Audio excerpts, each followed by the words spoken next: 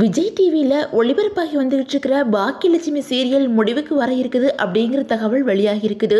இந்த நிலையில் இதை உறுதிப்படுத்துகிற வகையில் கோபி கேரக்டரில் நடிக்கிற சதீஷ் ஒரு வீடியோ வெளியிட்டிருக்காங்க. நிறைய பேர் பாக்கியலட்சுமி பார்க்குறவங்க எல்லாருமே ஒரு விஷயத்த கேட்டுக்கிட்டே இருந்தாங்க. அது நடக்க இருக்கிறது, அது நல்லதோ கெட்டதோ.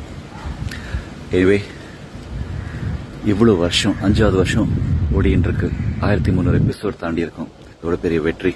இந்த வெற்றிக்கெல்லாம் காரணம் மக்கள் தீர்ப்பு, மகேசன் தீர்ப்பு. இந்த அளவுக்கு எங்களுக்கு ஆதரவு கொடுத்து எங்களை சப்போர்ட் பண்ண உங்க எல்லாருக்கும் என் மனமார்ந்த நன்றிகள், வாழ்த்துக்கள். ஜெயஹிந்த். இந்த வீடியோவை கோபி தான் ஷேர் பண்ணியிருக்கிறாங்க. அந்த வகையில் சீரியலோட கதைப்படி நேற்று கோபி தன்னோட வாழ்க்கையில் நிம்மதி இல்லாமல் போனதுக்கு காரணம் ராதிகா தான் அப்படின்னு சொல்லிட்டு மொத்த பழியவும் ராதிகா மேலே தூக்கி போட்டுறாங்க.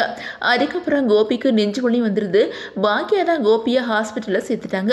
அதுக்கப்புறம் பாக்கியோட குடும்பத்தில் இருக்கிற எல்லாரும் ஹாஸ்பிட்டலுக்கு வந்துட்டாங்க. இதனால ஃபேன்ஸ் பலரும் இனிமே கோபி திரும்பவும் பாக்கியா வீட்டுக்கே போயிடுவாங்களா, இந்த சீரியல் முடிய போகுதா, இனி கோபி பாக்கியாவை புரிஞ்சுக்கிட்டு மனசு மாற போறாங்களா அப்படின்னு சொல்லிட்டு கேட்டு வந்துட்டு இருக்காங்க. இந்த நிலையில இதுக்கெல்லாம் பதில் சொல்ற வகையில இன்னைக்கு சதீஷ் ஒரு வீடியோ வெளியிட்டிருக்காங்க. அதுல எல்லாருக்கும் வணக்கம், பாக்கியலட்சுமி சீரியல் 5 வருஷங்களா ஒளிபரப்பாகி வந்துகிட்டு இருக்குது. ஃபேன்ஸ் கொஞ்ச நாளா எதிர்பார்த்த இந்த தருணம் இப்போ நடக்க போகுது. இதுவரைக்கும் இந்த சீரியல் மூலமா எங்களுக்கு ஆதரவு தந்த எல்லாருக்கும் நன்றி. சிலர் தொடர்ச்சியா சில செயல்கள் பிடிக்கல அப்படின்னு சொல்லிக்கிட்டே இருந்தாங்க. அதனால இந்த முடிவு எடுக்க வேண்டிய சூழல் வந்துருச்சு. எது எப்படியோ இந்த சீரியல் முடிவு இனி ஃபேன்ஸ் எதிர்பார்த்த மாதிரி இருக்கும் அப்படின்னு சொல்லியிருக்காங்க.